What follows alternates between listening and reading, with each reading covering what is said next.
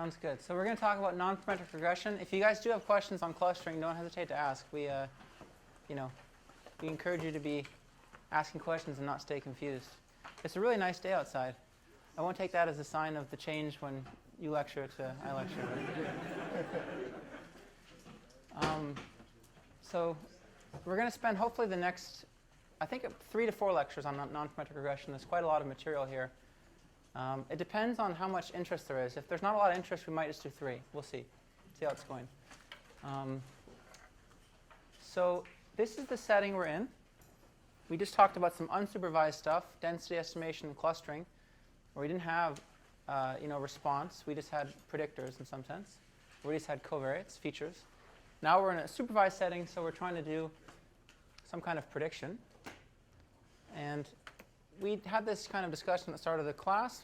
I think maybe the second lecture, but it's really relevant here, so I'm just going to bring it up again. Suppose we're in a setting where we observe a response yi, its real valued, around some function f0 of xi plus these errors, epsilon I. These xi's are our features, or our predictors, or our covariates. And xi's are going to be in d dimensions. So they're d-dimensional. And we're going to assume the errors are IID with mean 0. Okay? So if I have IID pairs xi, yi, if I observe xi, yi from some joint distribution, and they're independent, then I can always write this down. Right? We saw that because I just take this to be the conditional expectation of yi given xi, this function, and this epsilon I is the residual. It's yi minus its conditional expectation given x. And so, by construction, it has mean 0, and they're IID because the pair is xi, yi, or IID. So there's no loss of generality here. This is a perfectly general setup. Then I mentioned at the start of class, and I'm going to mention it again now, at the start of the course, there are kind of 2 worlds that one could live in, random x and fixed x. And let's talk about random x. It's probably reasonable to assume that x is random in practice, right? It's not as usual that we assume actually a fixed design, a fixed design points. And in this lecture, for the most part, although it's not entirely true, we're going to assume mostly that xi and epsilon I are independent. And I mentioned that at the start of the course as being a really offensive assumption. And if you remember, the reason why I said that was really stringent was because if there's some other function, some other variable, say zi, that drives yi, then I can certainly write this model down. But epsilon, which is going to be the difference between yi and its conditional expectation given x, is going to depend on z too. If I've left out a variable that's kind of important in the prediction of y, I just didn't write it down. I didn't measure it, say. And if epsilon contains z, and z and x are correlated, then it's not possible that epsilon and x will be independent. So if you've left out some important variables, this is a really offensive assumption. It seems like it should probably rarely be true in practice. Okay? But we're going to make it for simplicity. And the reason is because if we assume that epsilon and x are independent, then I may as well think of x as fixed. Because if epsilon and x are independent, I can condition on the values of x in this model, condition on their values, and the epsilons will still be IID. Their distributions won't change because they're independent of x. So I may as well consider x as fixed. Okay, so just make sure that makes sense to you. If we're in a random x model, we consider the errors and the x's independent. That's just the same as assuming the x's were fixed, because we can just condition on them, for example, condition on their values. Okay, so for most of this sequence of lectures on nonparametric regression, I'm not going to really stay in one of these 2 settings. I'll state some results when x is random, some results when x is fixed, just to give you a flavor of what kind of results you can find for these methods we're about to talk about. There are some books that try to do a random x treatment without assuming that x is independent of epsilon. Okay, in particular, that what Larry called the Hungarian book, and I can never remember past the name of the first author, Györfi Kohler Krysiak and Vok, I guess. A distribution free theory of nonparametric regression. They assume a random x model without assuming this. So they have a substantial amount of theory without this assumption. But they're pretty unique. I'd say most books that you find, and I've listed a bunch, assume either the errors in the x's are independent, or assume a fixed x model. Okay. So speaking of other references, nonparametric regression is quite a large field. In fact, one could teach a whole course about it. We're just going to do a couple or a few lectures on it. I've written down a bunch of references here.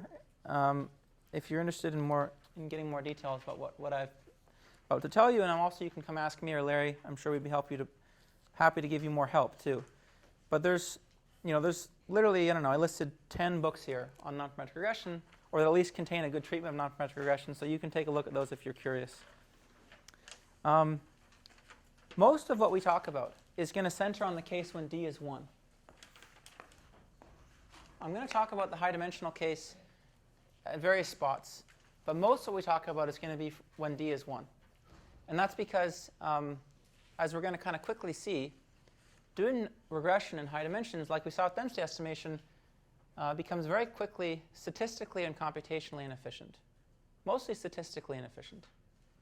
So it's actually really hard to do true multivariate nonparametric regression when the underlying dimension d is large.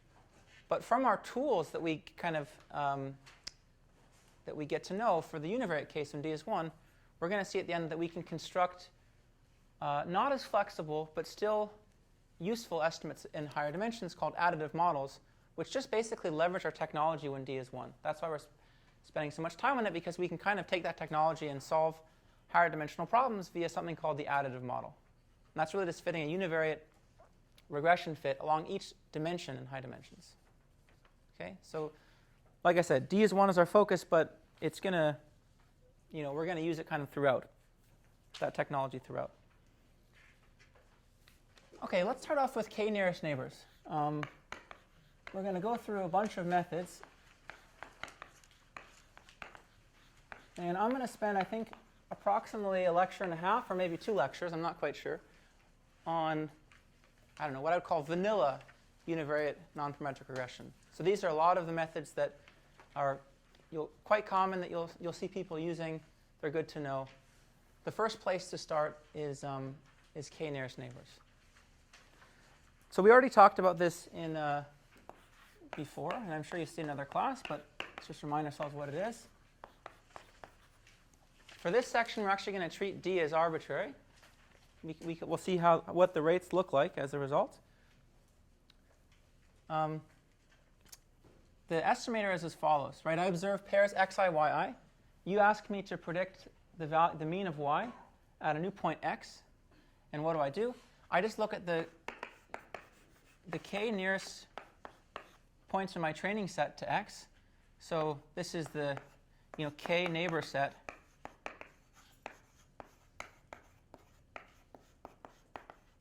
to x. It's the k points that are closest to x in our training set. It's the indices of xi that are closest to x. And I just average their corresponding response values, yi. So I sum them up and divide by k. Saw that already. Of course, we saw before that as k varies, when k is really small, this is a really flexible estimator. When k is 1 or 2, it's probably too flexible. When k is really large, like if k is close to n, we're essentially fitting a mean. So it's very inflexible. It's just giving us a pretty flat surface. But somewhere in the middle could be fairly adaptive. And it's a really simple estimator, which is why people like it. So we're going to see actually all these methods I called vanilla nonparametric regression estimates. We're going to see these are all examples of what are called linear smoothers. And we already talked about that again a bit at the start. But just to remind you what those look like, these are methods that look like this. You give me a point x that you want to make at which you want to make a prediction. I'm allowed to take a linear combination of the yi points. These weights can depend on the x's. That's fine, but they can't depend on my training y's. That's the only restriction. Any method that is of this form is called a linear smoother. And of course, we can see that k nearest neighbors is a linear smoother, where I just take the weights to be 1 over k and 0, depending on whether I is one of the neighbors, k nearest neighbors to x.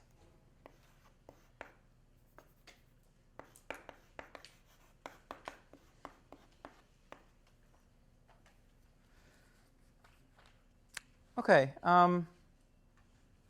We actually kind of hinted at this when we talked about k-nearest neighbors in an early lecture. We did a bias-variance decomposition for it, right? And its bias-variance decomposition looked something like this. We said if we assume that the point at which we're trying to make the prediction is fixed, and we treat the x points as fixed, then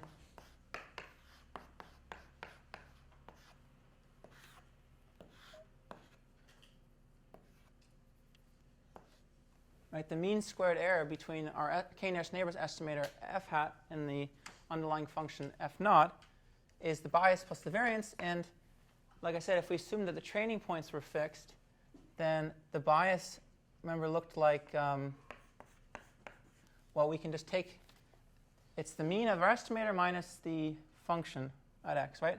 And if the x points are fixed, then the mean of the estimator, I can take the expectation through here, because this is just a sum over fixed indices.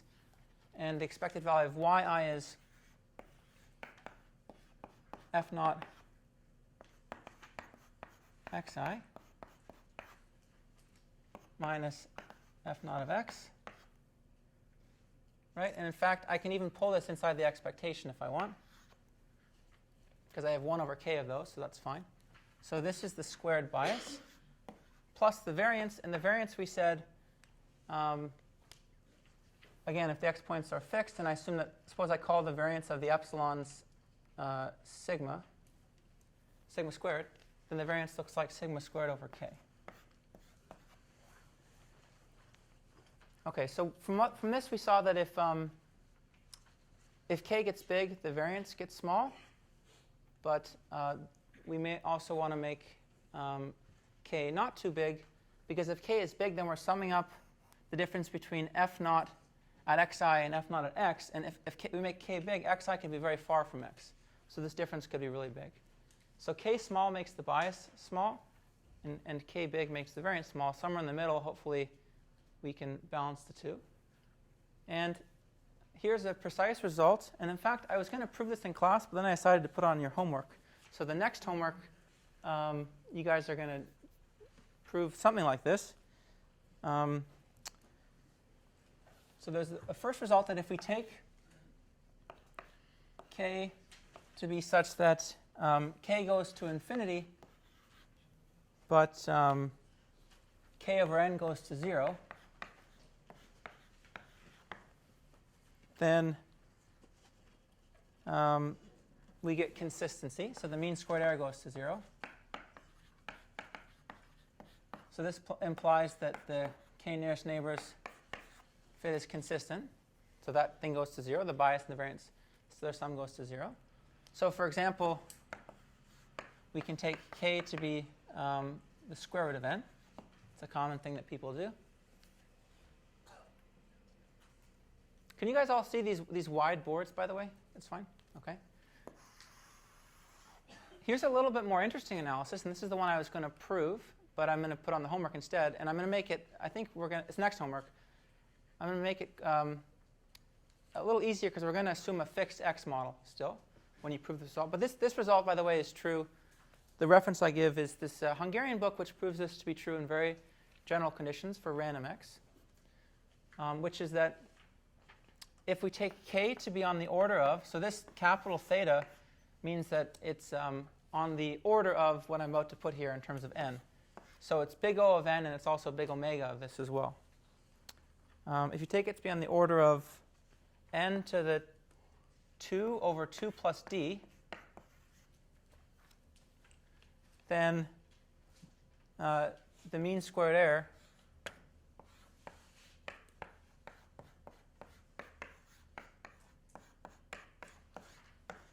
goes to 0 at a certain rate. All right, this is just saying that it goes to 0, but if we take k to be this particular choice, oh, by the way, we have to make an important assumption, which is that f0 is Lipschitz. Forgot to mention that. Lipschitz continuous. Then this goes to 0 at the following rate, n to the minus 2 over 2 plus d.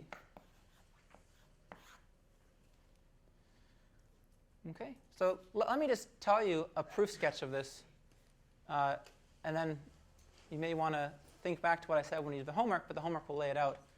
Because I think this is not until next homework. But in any case, we're going to want to somehow expand this term, right, in order to figure out what is the role of k in the bias. And if f0 is Lipschitz, right, then what does it mean about this? It means that I can say this is less than or equal to L times x0, or xi minus x0. Right, that's the definition of being Lipschitz continuous. The true function is Lipschitz with Lipschitz constant L. And now, the easiest way to think about this quantity is to think about just pick a neighbor set that's roughly like what the nearest neighbor set will be. And for example, let's suppose we had xi that are distributed kind of equally spaced over a cube in d dimensions, a unit cube. It's a pretty simple situation. And now I give you some x point. We can even assume that the x point, which we're trying to make the prediction, is even like a vertex on the cube. And I want to pick out its k nearest neighbors, right? So put in x. Right, I have observations on a regular lattice, essentially. And I just pick one of these spots, and I ask, how far in each direction do I have to go, say in terms of Euclidean distance, to pick out the k nearest neighbors? Well, another way of saying that is I want the volume of this cube to be about k over n. Right? If this is a unit cube, and so each endpoint is 0 to 1, I want the volume of the unit cube to be about k over n, which means that I want this distance to be about k over n to the d. Okay, and in fact, this is a bound on how far, in terms of the order. There may be a constant here that we're missing. This is a bound on how far you have to go out, in general, in order to capture k nearest neighbors. In d dimensions, it's about k over n to the d. So each of these terms I can say is about less than or equal to k over n to the d, because we're choosing the closest set of points. And this was a set of points that were k points that were around x. So certainly the closest set of points are also going to satisfy this bound on the distances. And if I plug this in and I work out what this is, then I'm going to get an expression that only involves k and n, essentially in d. Sigma squared is a constant, L is a constant. So I have now the bias and the variance explicitly in terms of k and n, and I can try to choose k to make that as small as possible. Okay, and I actually end up choosing this value of k right here. Once you do a few simple calculations, once I choose this value and I plug it back into my expression for the bias plus the variance, I get this rate. Okay, so that's how you guys will do it on the homework. And it's really how the proof goes. With the random x, it's just more complicated. Because with a random x, right, we can't, this is not the bias. If the x points are random, then this index set is itself random. So we can't just take the expectation through. All right, so that was an analysis for how fast k nearest neighbors can pick up to the true function in terms of the dimension of the ambient space d and the number of samples n. And it was also pretty crude, right? I just kind of drew a cube, and we assumed it was Lipschitz. There may be more careful ways to analyze it. But in fact, this is the same rate you get, like I said, under kind of more general conditions. And this is also the minimax rate for estimating functions that are Lipschitz. And that we won't learn in this sequence of lectures, but I'm not sure if Larry will cover this topic in this particular example. But when we talk about minimax lower bounds, one example that we may cover is that, doing regression, nonparametric regression for Lipschitz functions, you can precisely say that the mean squared error of any estimator is at least n to the minus 2 over 2 plus d. So among those estimators, among all estimators, essentially none of them are doing better, at least in the worst case sense, than k nearest neighbors is at estimating a Lipschitz function. Okay, so I guess I'm saying that analysis is tight. That's what we know from that. But there's something here lurking in the exponent that's important. And I wasn't here when Larry gave the first density estimation or second density estimation lecture, so I don't remember if he said this in particular. But if he did, it wouldn't hurt to show it again. This is a really, really bad dependence on D. And we saw the same kind of rates for density estimation. It's a really bad dependence on D, right? Why is that? Well, let's suppose I say that I want to make the mean squared error at most epsilon. I want to ensure that my mean squared error is at most epsilon, where epsilon is some tolerance that I have for mean squared error. Well, I know with k nearest neighbors that if I have a sample size n and a dimension d that satisfy this, then at least up to constants, I can ensure that I'm going to have a mean squared error of at most epsilon, because this is a bound on the mean squared error, right? Well, let's just rearrange this, and we'll see that actually this says that n should be, let me just write it like that so it's clear to you guys. N to the minus 2 over 2 plus d is the same thing as 1 over n to the 2 over 2 plus d. It's just saying that n has to look like 1 over epsilon to the power of 2 plus d over 2.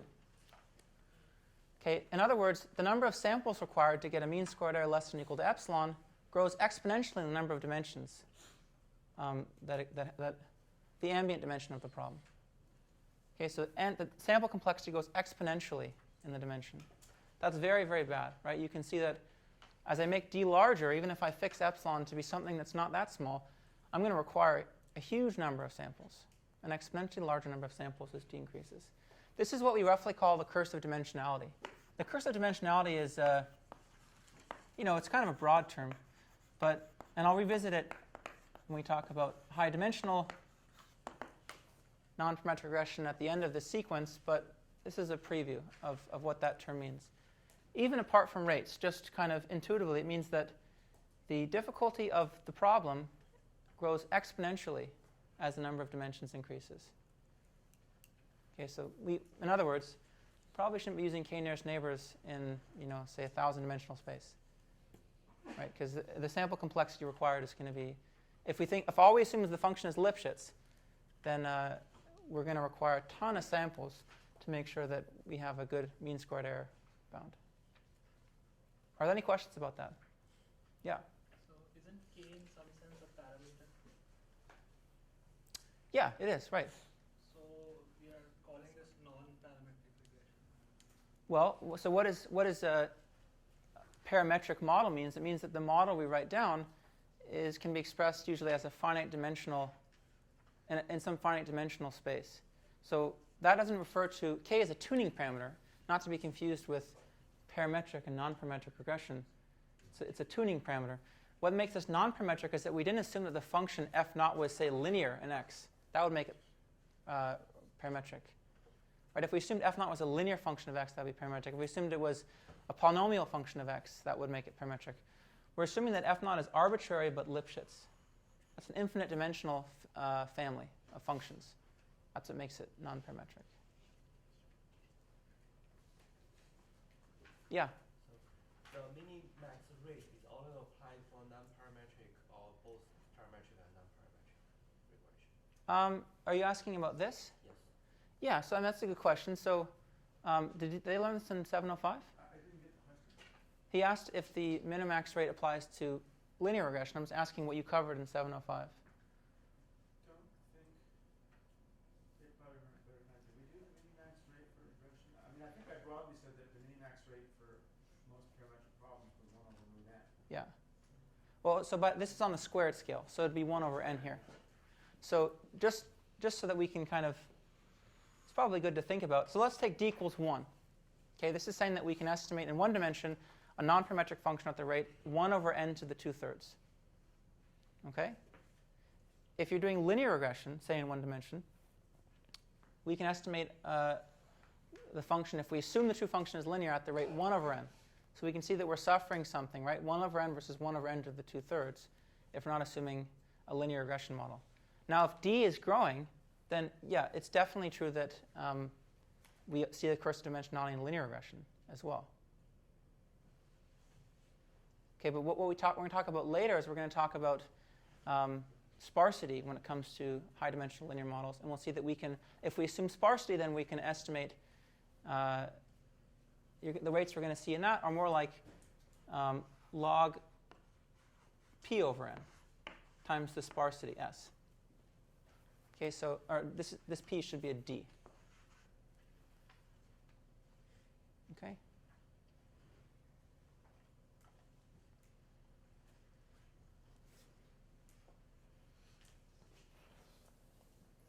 S is the sparsity of the underlying model. So that's just something we'll see later when we talk about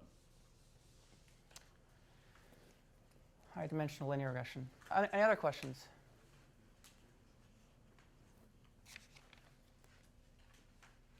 OK. So let's move on from k-nearest neighbors to another estimator. We're going to try to motivate ourselves why we're studying these other estimators. So what's a problem with k-nearest neighbors? A problem with k-nearest neighbors is that it's kind of unnecessarily jagged. So the estimator never looks smooth. And it's kind of easy to see why that's the case. I think I put a picture of this in the notes. It's on page 5. If you look at the top of page 5, we're doing a one-dimensional k-nearest neighbors fit. Here is the true functions, it looks like, and we observed some data points around that. And the k-nearest neighbors fit with k tuned for optimal mean squared error, say on a held out test set or something like that, looks kind of like this. It looks pretty jagged. You can see it never really kind of gets the smoothness right. And there's a reason for that. If you look at the weights are discrete in the sense that they're either 1 over k or they're 0. So either you're a nearest neighbor of x or you're not. And that's what leads to this kind of jaggedness in the fit. Right? If the weights aren't smooth as a function of x, then neither is the function f itself. So the fix for this is to try to make the weights smooth as a function of x. Try to get some kind of smoother looking fit. And the hope is that if we do that also, then we're going to be able to, maybe not for Lipschitz functions, but for functions that are smooth, if we assume more smoothness, we can get a faster rate. Yeah? And this jaggedness is inherently a bad thing because it means there's more variance? Or is it not necessarily? Like, why is jaggedness bad? Yeah, I mean, it's a fair question. So if we assume that the function if the underlying function is smooth, then even if the underlying function is, suppose we assume that f had a gradient and the gradient was Lipschitz, we don't get a better rate with k-nearest neighbors. In a sense, it's because of this kind of jaggedness phenomenon. So if the k-nearest neighbors fit stays jagged and the underlying function is smooth, then we're not really in the right model class in some sense. So we're going to use kernel smoothing. We're going to see that if we use kernels to get smoother weights, then we can actually estimate smooth functions at a faster rate. But ultimately, isn't our goal to just reduce the risk, right? We want like low MSE. That's what this is, right? This is the bound on the MSE. Exactly. So I guess the question is, are we concerned with the jaggedness because by getting rid of the jaggedness, we're reducing the MSE? Or? Yeah, right.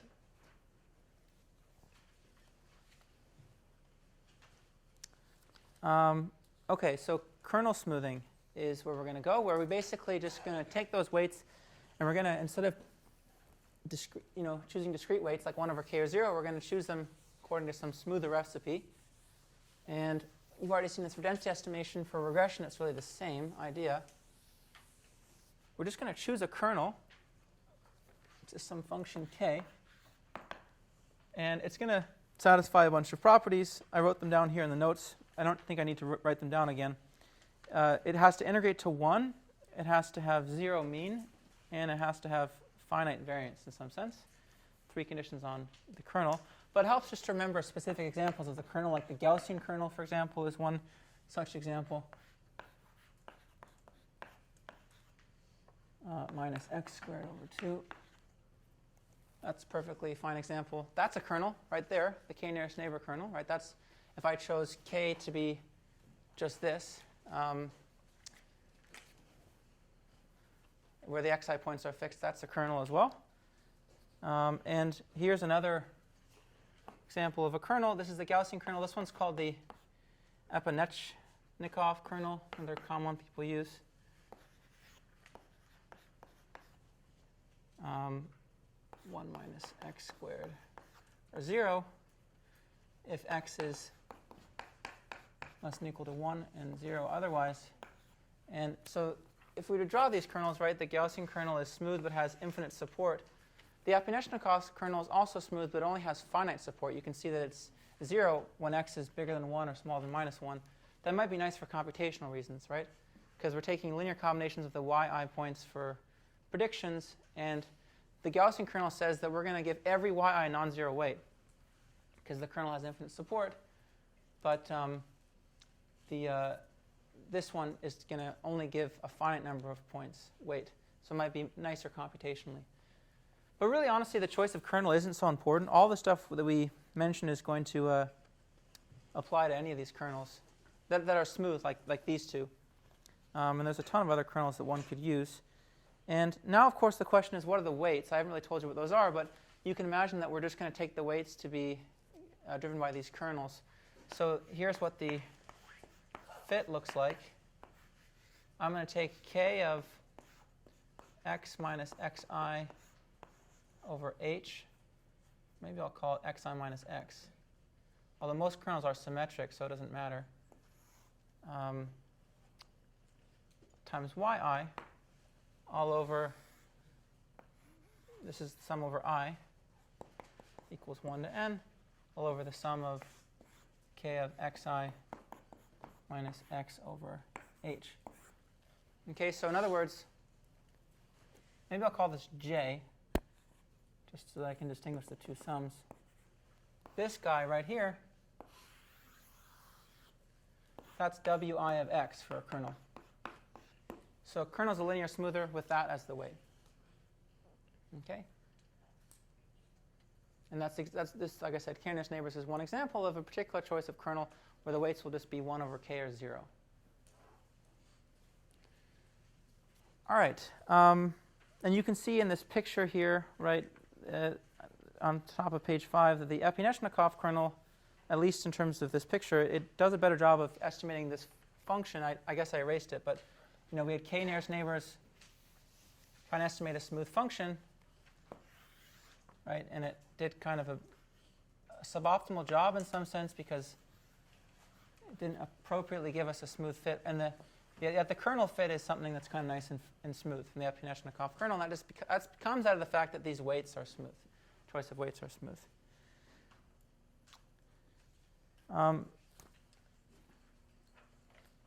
Okay, so I think I'm going to hold off on theory for kernels because we're going to talk about something a little bit more general, and then we're going to see how the theory for kernels fits in just a few minutes. So kernels, too, have a shortcoming. So we got over the fact that our fitted function wasn't smooth. That was something that was maybe a rather preliminary estimate. K nearest neighbors had that shortcoming. So now we can produce smooth fitted functions. But kernels also have a problem. And these problems can be fairly drastic in practice, especially in high dimensions. Oh, I guess at this point, by the way, I'm kind of assuming that d is 1, right? If d was not 1, then I would replace xi minus x by the norm, the distance between these two, right? I could even put the absolute value in here, it doesn't matter. And let's replace that absolute value by a norm. That would be one thing to do in higher dimensions. Okay, but the kernels suffer from the following problem. This problem is especially exacerbated in high dimensions, which is that they actually tend to be fairly biased at the boundaries of our domain. So they give us bad fits at the boundaries. And I think there's another picture I have in here showing that. So you look at top of page 6. It's kind of a reason why you can see, which is that suppose we're using a Gaussian kernel or an Epyanechnikov kernel, doesn't really matter. And we've observed, say, points around this function. And we're trying to make a prediction at this value of x, some value of x out here. What are the points that we can use in our kernel estimate? Well, you could see it's kind of asymmetric in some sense, right? So the Gaussian kernel will put it's going to put a little Gaussian blob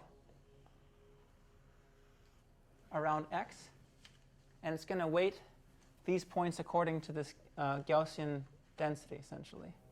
So it's going to take a weighted average of the y points where the weights are given by this Gaussian curve, but we don't have any points to the left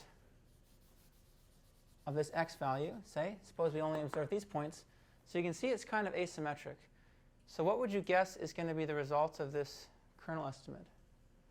What's the fitted value of x going to be here? Where should I put f hat of x?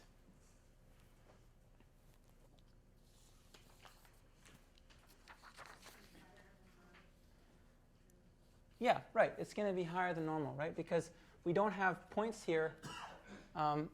We don't assign any weight to points that we may have observed out here if we actually had observed points out here that would bring the estimate down. And look, the kernel is always normalized by the sum of weights, right? So this estimate is really going to be too high. So the fitted function is going to look something like this, maybe.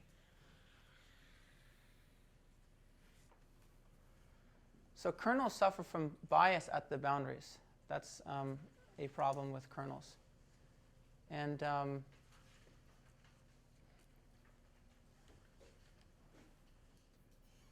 yeah, so one thing that we can do to get around that is to fit a kind of smoother version of kernels that we're going to call local polynomials. And actually, I can't remember what I put on this week's homework, but I'm pretty sure this is on the next homework also. You don't have a question on this, but the next homework you're going to prove that to first order, the bias you get from a local polynomial, like from doing a local polynomial, is 0. So it fixes this problem that the kernels see. And it's a very simple idea. It's a very natural extension of a kernel, and we're just going to see it by kind of rewriting what kernel smoothing is doing. So we're going to first think of a kernel as at every point I'm estimating some constant theta sub x, or theta hat sub x, where it minimizes the following problem over all theta. I'm going to look at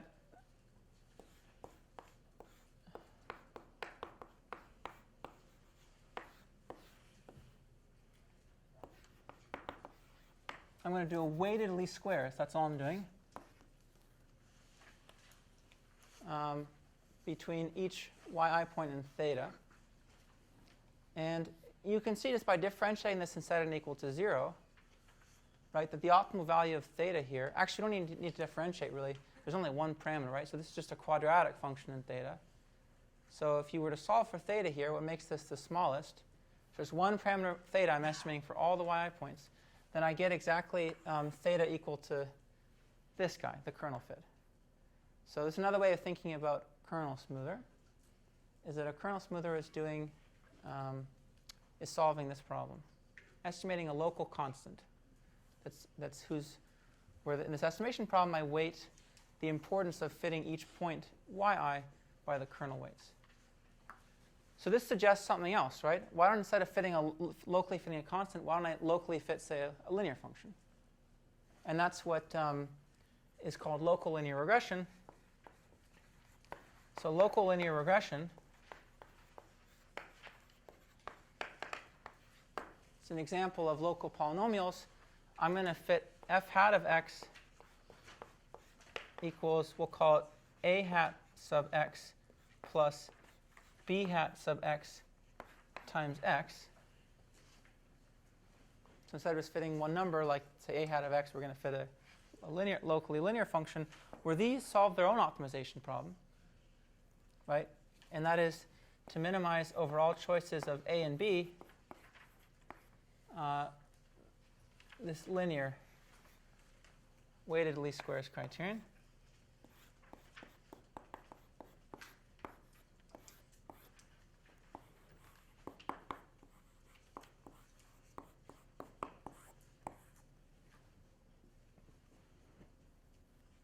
Okay, so we're going to locally, at every x we make a prediction, we're going to locally solve this problem, find the best a and b, call that a hat of x and b hat of x.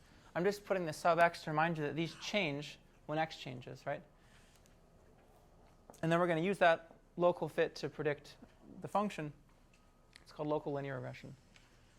It's a natural extension of kernel smoothing. It's just kind of one higher order. Questions about that at all? Okay. I have a question. Yeah. So does choosing local polynomials of high degree correspond to better rates for increasing the smooth S0? Yeah, it does. Well, we're going to see that in just a minute. Yeah. But there's there's a caveat there, which is that you're assuming more every time you're stating that problem, right? If I assume the function f naught is smoother, it's a stronger assumption. Okay, so this may seem like a bit crazy if we think we actually have to solve some kind of optimization problem at every single x at which we want to make a prediction, right? But remember with kernel smoothing, we didn't actually do that. We didn't even think of it in this form. We just had a closed form expression for it. We didn't actually have to solve for theta. There was a closed form expression for theta hat, which gave us the kernel fit. The same thing is true here, right? I don't have to actually run, say, gradient descent or something to solve this problem. There's a closed form expression for what a hat and b hat look like. And that's because this is just a weighted least squares problem, right? This is a least squares loss, and those are weights. So it's weighted least squares. And I hope / believe you guys have all done weighted least squares before. So if let's suppose I define B to be a matrix that's n by 2, and its rows look like B of x1 all the way through B of xn, which just gives me 1x1, 1x2, 1xn. So B of xi is just the pair 1xi. Then I can think about this as doing a weighted least squares of yi on this B, right? Because I want to take linear combinations of these. Just give me linear fits to predict yi, where the weights are given by these kernel weights. So and let me define omega to be an n by n matrix that's diagonal with the kernel weights in the diagonal. So this is k of x1 minus x over h all the way through k of xn minus x over h. Then this problem here is the same as minimizing omega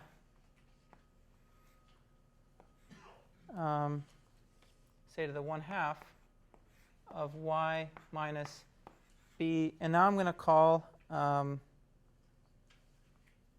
going to collect a and b into a parameter called theta. So all I've done is just rewritten that problem, right? Now I'm minimizing this over theta. Theta, remember, was a comma b. So that should be more familiar to you now, right? It's a weighted least squares problem. What's the solution? Well, we know that it's we can derive this in closed form. Theta hat, the solution, which remember is it's the vector a hat b hat, is just equal to b transpose omega b inverse times b transpose omega y. Right? That should look like x transpose x inverse x transpose y from regression. That x is our b here. It's just the regression matrix. And this is a diagonal matrix of weights. So it's just weighted least squares. So in other words, we know that these coefficients are in closed form. We don't have to actually solve some optimization problem. And now what happens if I told you that I wanted the kernel fit? I wanted f hat at a point x, at the point x, right? Then, so this, remember, was theta hat. To get the kernel fit, I just have to do b of x transpose theta hat. Remember, b of x gave me 1x as a vector. So this is just taking a hat plus b hat times x, which is the kernel fit, right? Just b hat of x transpose this coefficient vector. So that's the local linear regression fit. Closed form for, just like this was our closed form for kernel smoothing. All right, so it's not really that much more expensive, actually, computationally than kernel smoothing. A little bit so, but what dimension is this matrix here? What's that? No, B is n by 2. So it's just a 2 by 2 matrix. Right? It's not a very big matrix inversion, so it's not expensive. Okay. So by the way, I'm not going to write it down just because it will get more tedious, but local polynomials are exactly the same idea. I just take a polynomial basis instead of a linear basis. So I have a minus bx minus cx squared, for example. B then has 3 columns. I just have one x and x squared, and everything else is the same. So we can get like a local quadratic regression as well, or a local kth order polynomial regression. And it's not really computationally much harder. Again, for a kth order polynomial, we have to just invert a k by k matrix. Not a big deal. So those are called local polynomial fits. They have a very nice property, which is that, well, again, it comes with a caveat. A nice property of local linear regression is that it reduces the bias that we see here. So local linear regression won't have this problem, and to first order, it should be unbiased. Say at points like that at the boundary, or really anywhere, while the kernel, regular kernel smoothing will not. And you guys are going to do that in your homework. Yeah, I'm not going to... Well, I'll just show you where that comes from, and then you'll have to kind of complete the exercise on the homework.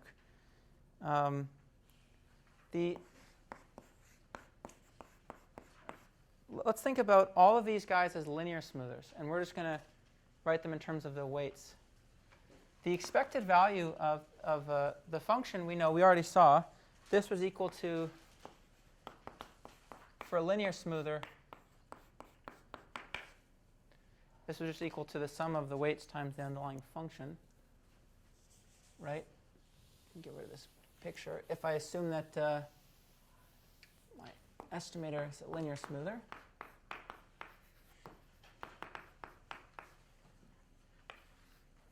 excuse me,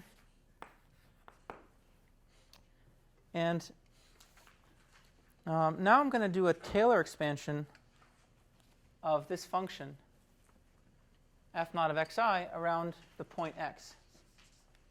X is the point at which I'm trying to make the prediction. Okay, so it's going to, first our Taylor expansion is going to give me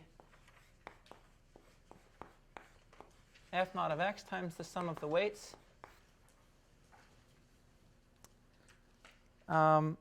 plus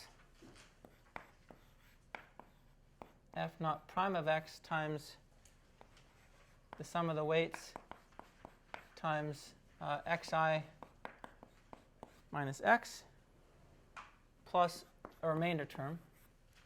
And that remainder term contains, f naught double prime at x and so forth. So when we say something's unbiased to first order, what I mean is that if I do the first order Taylor expansion, then these two terms both better equal the underlying function, f0 of x. Okay, why is that true for local linear smoothing? Well, let's just think about kernel smoothing for a second. For kernel smoothing, what's that? What's the sum of the weights? It's just 1, right? That's it's always true if I sum these weights up. So great, I have f naught of x, but then I have f naught prime of x plus something here. This is where the bias comes from at the boundaries for kernel smoothing, right? Because at the boundaries, if x is close to the boundary, then we saw that there are kind of more points to one side than the other. And the kernel weights don't really account for that. They're just they're symmetric. They're just dispersed evenly around the point x. So this term is not 0 for kernel smoothing. For local linear smoothing, local linear regression, the somewhat amazing fact is that this ends up being 0. So this is equal to 0 for the local linear regression fit.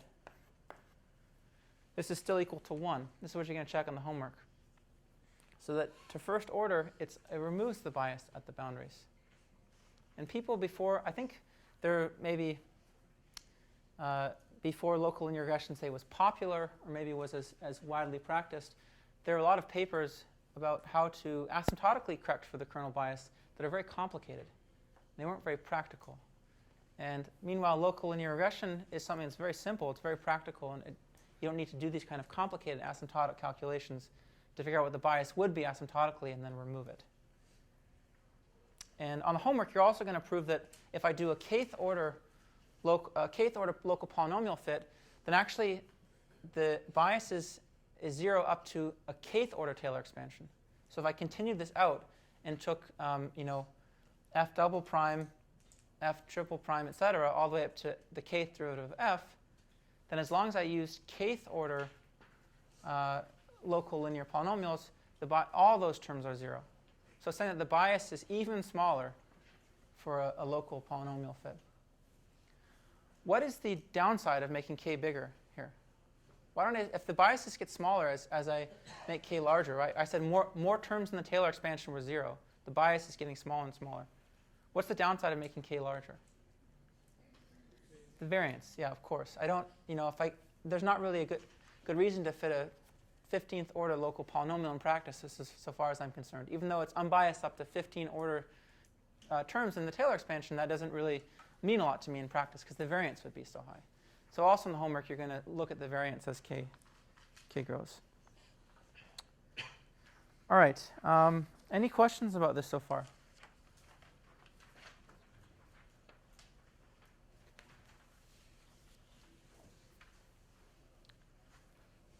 I realized, by the way, I didn't talk about the rule of h, but I assume that you're familiar with that from kernel density estimation, right? This is also a tuning parameter. H, it controls the dispersion of the kernel, right? So when h is small, the weights are a lot more concentrated. When h are large, the weights are spread out. So it determines the flexibility of the fit. If I make h really, really small, then this is a very flexible fit. Obviously, a very important thing in practice. I just assume that you guys had already talked about the role of h in density estimation because kernel density and estimation and kernel smoothing are so linked. They're so connected. So let's talk about error bounds now. Kind of similar to what we were able to show for k nearest neighbors, but we're going to try to do it for kernels. See why we cared about kernels or local polynomial smoothing in general. So we're going to assume something a little bit different about f. So instead of assuming that f itself is Lipschitz, we're going to assume something like the kth derivative, or actually the k minus first derivative of f is Lipschitz. So this class, did you guys talk about the Holder class for density estimation? OK, so you guys already saw this. The Holder class is the set of all functions, suppose we're talking about univariate functions, of order k, whose k minus first derivative is Lipschitz. So this is all functions whose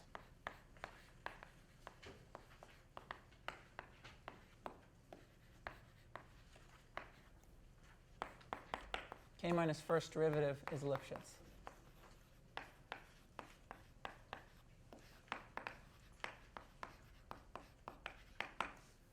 So in other words, we assumed here that f0 was in the Holder class of order 1.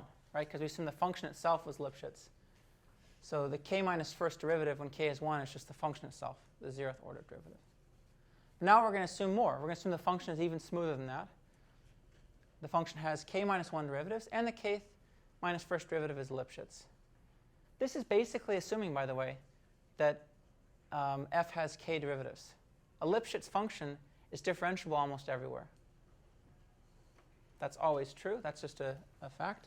So if we're assuming that the k minus first derivative is Lipschitz, it's pretty much the same as assuming that there's k derivatives to the function.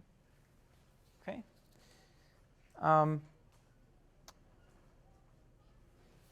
For this result, not that it really matters, but I'm going to, we're going to be assuming the fixed input model. So assuming the x's are fixed, because I'm taking this result from a kind of a nice book on nonparametric regression by Sibikov, and that's his setting that he considers. And I'm not going to do the proof for this because it really is just a Taylor expansion of the bias-variance tradeoff. So the bias-variance decomposition. So you write out the bias and the variance of the local linear smoother. You expand the bias with a Taylor expansion like this. You show a bunch of the terms are 0. You show the remainder is small. And the variance is easy to compute. So I also think you guys did something like that for density estimation. OK, good. So it's really kind of the same thing. And what we get is that the bias, if we take f hat to be the kth local linear fit, kth order local polynomial fit,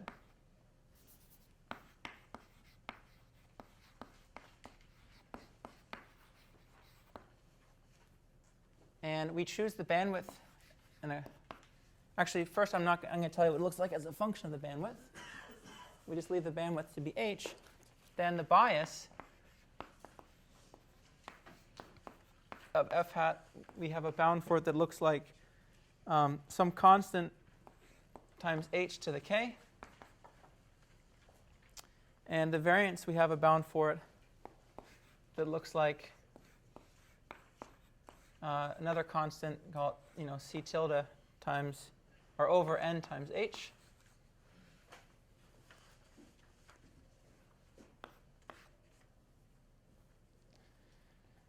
And so the mean squared error, of course, is this is the squared. Is it the squared bias? Is the bias? This is the bias. So the mean squared error is the I take the square of the bias and I add it to the variance. So my MSE bound is constant times h to the 2k plus another constant times n over h. This constant, by the way, depends on L. And it also depends on the noise variance, like sigma squared. So we get an MSE bound from this. And similar to the game that we played in k-nearest neighbors and we played in density estimation, we're going to try to choose the bandwidth to make that bound as small as possible. So what we do once we write down this squared plus that, we try to make h so that that bound's as small as possible. It results in us choosing h, which is 1 over n to the power of 1 over 2k plus 1 on the order of this.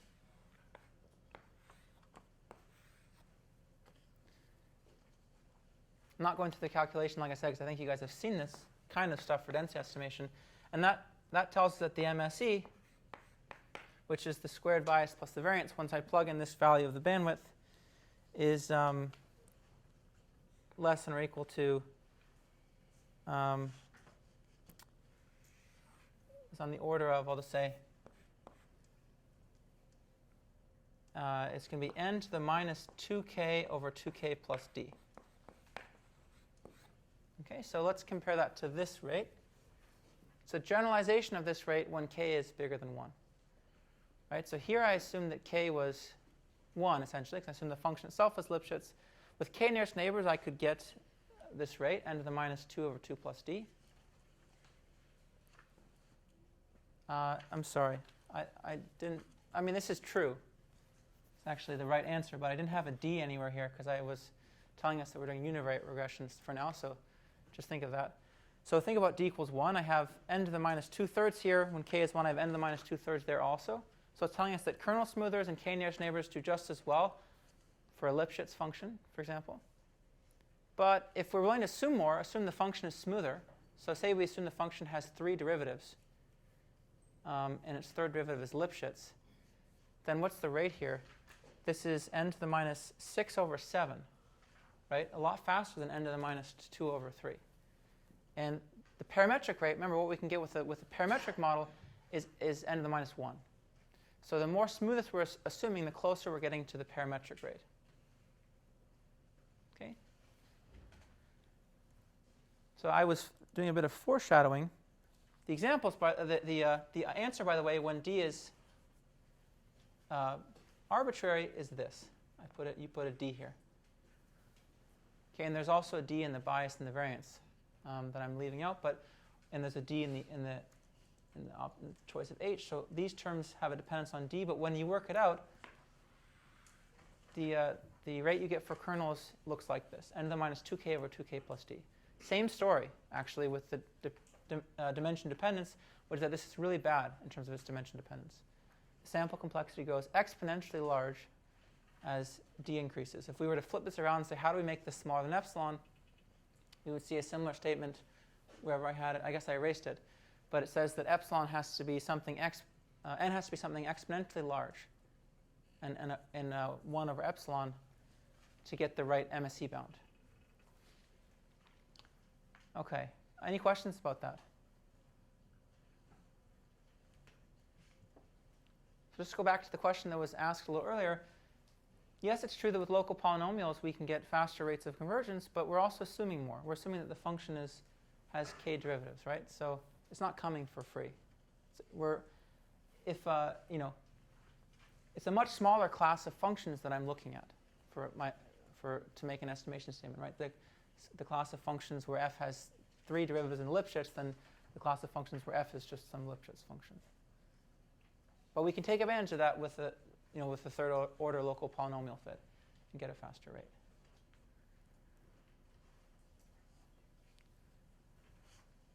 All right.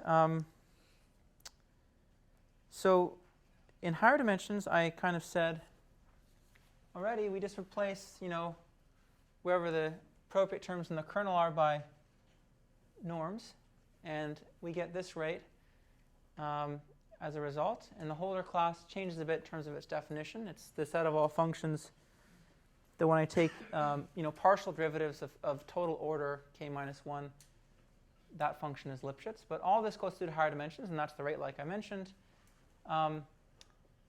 This is kind of a pretty bleak rate, like we said. Just now it's exponentially. It depends on d and the exponent, which is bad. But it's the same story, which is that this is actually the minimax rate for estimation over Holder functions of order k in d dimensions. This means that we can't hope to do better than this. So again, it's the curse of dimensionality. We have this rate with kernels. It's also the optimal rate. There's a lower bound that says that no matter what f hat you use, the worst case over f being in this class, functions that have k minus 1 derivatives that are whose k minus first derivative is Lipschitz, is of the same order. Okay, so if all we cared about were estimating, these types of functions, then we might think, okay, we've done good enough because we can't do better than that. Okay. There are many other concerns you might have, though. And for one, we're going to see a little bit later, I think, in maybe next lecture or the lecture after that, that this function class is actually a little too small in a specific sense. And it only kind of captures functions that have some kind of uniform measure of smoothness. So this is saying the k minus first derivative is Lipschitz with constant L. That's like kind of saying like the k minus first derivative has to be uniformly smooth over its domain. Or the kth derivative has to be bounded by L everywhere. So I can't have a region where the function gets really wiggly all of a sudden and has a much higher Lipschitz constant than it would some other part of the domain. So I mean, in imprecise terms, it means that I can't hope to estimate functions that look like this, that have kind of some mixed level of smoothness, because this wouldn't be in this class unless I took L to be really, really huge. And we're going to see that these types of functions are pretty interesting, and we can actually do much better estimating these types of functions, which I would call heterogeneous functions in terms of their level of smoothness, by using other methods than kernels. Kernels are actually pretty bad for that. And so is everything we're going to talk about that are linear smoothers. So that'll be another interesting direction that we head. And in that case, this is not the end of the story. If we look at that direction, we can do much better than this. So, all right. Kind of blew through the break. So I'm going to tell you guys a joke, and then I'm going to keep going just because we have so much stuff. I was debating giving you a break 5 minutes ago, but I think we have a lot of non-parametric stuff, so sorry about that. Here's the joke. I saved it till after the kernel part. Why did Colonel Sanders go on a diet? To reduce his bandwidth. Yeah, it's a kind of a weak one. I acknowledge that. But actually, it came from someone who took the class last year with us, so we can blame him. All right, so let's talk about splines. This is another very interesting class of functions. One thing that splines have going for them over kernels is that they're computationally a lot faster in many cases. So, at a growth level, we might think that splines are, they really give you pretty similar performance to kernels, and that's true. And we get very similar error bounds for splines than we do with kernels. But computationally, we have an advantage using splines than we do using kernels.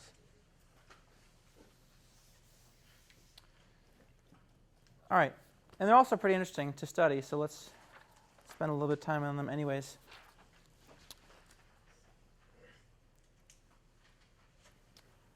So let's look at splines. And again, I'm going to start with the assumption that D is 1. Unfortunately, splines in multiple dimensions are way harder conceptually than kernels in multiple dimensions. That's one of the disadvantages. So the distinction between D equals 1 and D bigger than 1 for splines is actually kind of more real than it is for kernels. For kernels, like I said, we can just, it's a very natural way to think about the kernel in higher dimensions. So a spline is a spline of order k. That's a piecewise polynomial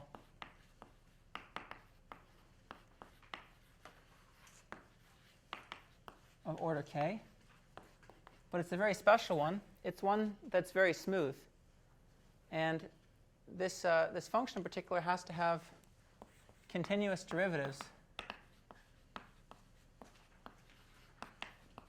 of all orders 0, which means the function itself has to be continuous, 1 all the way through k minus 1. Okay, so just if you jump to page 8, I have some pictures of splines and non-splines there. Just draw, say, a picture. Suppose that these are my knots in the spline. The knots define the pieces of the polynomial. So it means that if I throw down 2 knots, then say a cubic spline with knots at these locations is allowed to be a different cubic in each of these regions.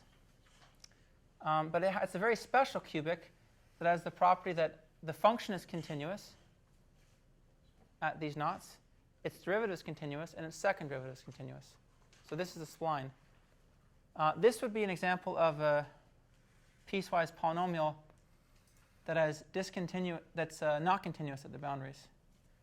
Right? So that's not a spline because the function itself is not continuous. But another example is, even if we made this continuous, it could have a discontinuous derivative at the boundary. That would not be a spline either. Right? And I'm not a good enough artist to draw for you what a discontinuous second derivative looks like. But you can look at the notes. It has kind of a weird inflection point. That's the that's the bottom left panel where the second derivative is discontinuous, but the first one is. So the reason why we might prefer fitting splines over, say, just piecewise polynomials is, again, it's the bias-variance trade-off. It's the same central concept that we keep returning to, which is that by restricting the function to be smooth at these knots, we are reducing variance. Right? It may be the case that if we're estimating, some underlying function with piecewise polynomials, then we may get kind of a big difference in the fitted function, say if we don't restrict it to be continuous at the knots, which may be, if we're trying to estimate a smooth function, that's kind of inefficient in terms of the variance we're expending there. Right? If we don't restrict it to be continuous at the knots, then there's no reason that our fit would be, and we would suffer from a high variance there. And again, if we're willing to assume that the function is smooth, then maybe we're not incurring too much bias by forcing the derivatives to be continuous at the knots, but we're reducing the variance. So typically, we always prefer to use splines instead of just kind of generic piecewise polynomials because of that reason. They help decrease the variance in terms of our estimates. And what happens with splines is that we get all the same rates we do for kernels. Like everything is the same essentially. The theory is proved very differently. In some sense, the specific details of the theory for splines versus kernels is really different in terms of the tools that we use, but the results are all the same. So they can adapt to really the same types of functions that kernels can, and they have the same rate. So let's start off with regression splines. And let's suppose that I gave you the knots ahead of time. I just told you I'm interested in fitting a spline with knots at T1 through Tm.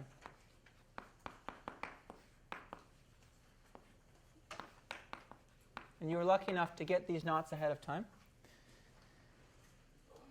And I told you I wanted to fit the best kth order spline to my data through these points. Well, how would you do that? Well, we can set it up as a regression problem. It's a least squares regression problem. But first we need to know a basis for the set of splines. And the most natural way to do this is to take what we call the truncated power basis. And there's actually m plus k plus 1 functions in this collection, where m is the number of knots and k is the degree of the spline that I'm looking to fit. And these guys are really pretty intuitive. The first function is the constant function. The second function is the linear function in x. And the k plus first function is x to the k. So these are just the polynomials of order k.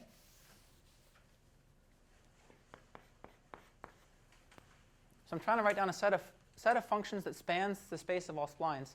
So certainly I have to include the functions that give me polynomials of order k, because each, that's definitely contained in the space of splines. And then I'm going to have to make,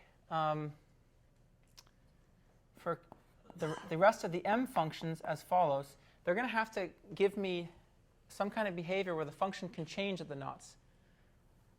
And that's going to look like this.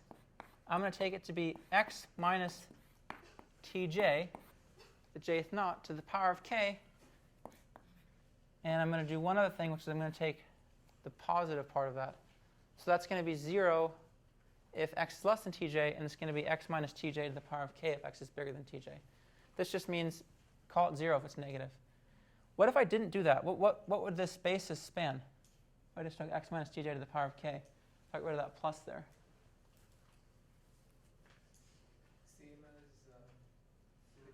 Yeah, I wouldn't do anything, right? This would be a polynomial, so it would already lie in the span of those. So I definitely have to take the positive part there. So let's draw these functions. These look like this. Suppose I have knots t1, t2 through tm.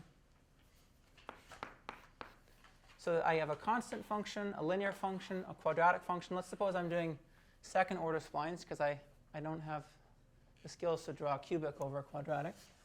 Then the G4, right, is going to look like this. It's going to be 0 until t1, and then it's going to come up smoothly from t1 just like a quadratic would. You can check that this function is actually continuous, has a continuous first derivative, has a continuous second derivative, all the way up to its k minus first derivative. They're all continuous. So this is what these functions look like. And if I take linear combinations of these functions, that gives me any spline, actually. That's a kind of a fundamental result about splines, is that they form a finite dimensional vector space, and those are the basis elements, the ones I wrote down, the truncated power basis.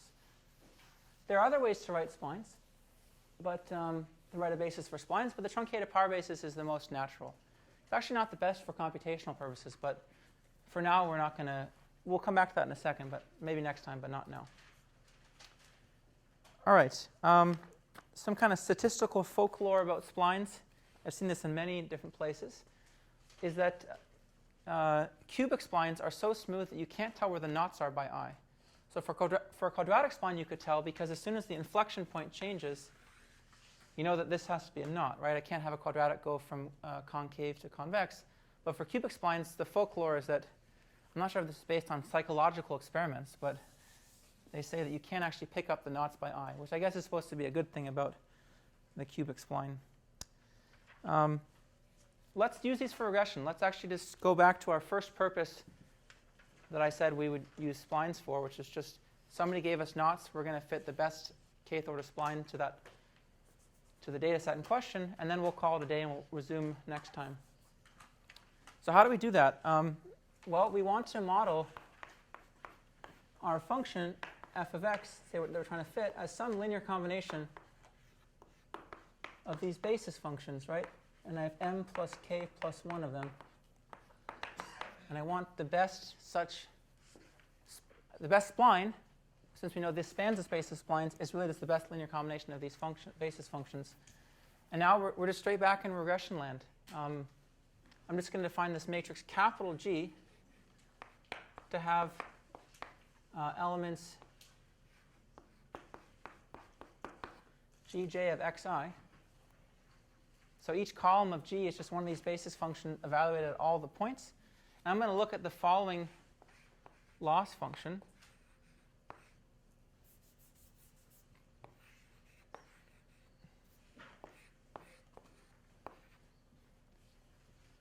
Which is just the set of coefficients that minimizes the least squares loss between y and g beta. That's just this, right? I'm just going to write it out so you're clear on what this is.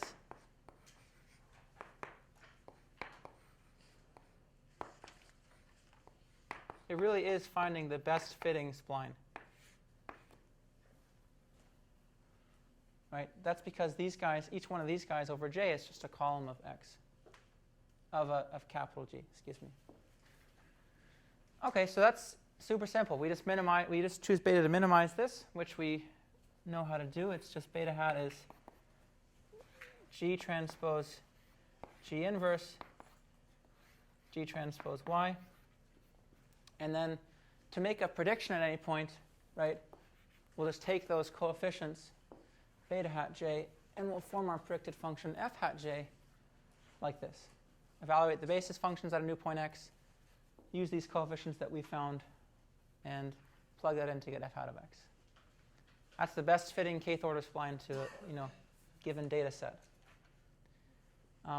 One thing to notice is that again, okay, think about what this is doing. Let's think about this as a function of y. Plug in this up here. I can think of this as, let's call this vector, it's the last thing we'll do, I guess. Let's call this vector g of x. And you'll see that this is just equal to beta hat transpose g of x. G of x has these components. And what was beta hat? Remember, it looked like this. And so I'm just going to rearrange this. This is G of x transpose G transpose G inverse times, wait, that was, no, that, yeah, that's right, sorry, G transpose Y. And we can see that again, just like kernel smoothing and just like k-niche neighbors, this is a linear smoother because that's just this is some weight vector w of x. So it's really just taking a weighted combination of the yi points. Just doing it in a kind of an implicit way. Kernel smoothing and local polynomials were built up from the ground with this principle in mind, right? Like that's how we defined them with some kind of nice smooth weighting scheme. We have no such thought in mind when we form regression splines. We're not actually thinking about local weighted averages of the y's. We came at it from a very different perspective. We said, let's write down a set of basis functions that we think are nice. Let's find the best combination of those basis functions. But it turns out that actually it's still fitting a linear smoother under the hood. Right? It's still doing some kind of implicit local weighting. All right, that is it. We're going to talk more about splines next time. I guess, do we have any other announcements? Your homework is, or your milestone is due soon, right? Milestone is due soon. So make sure you're thinking about that. See you guys next week.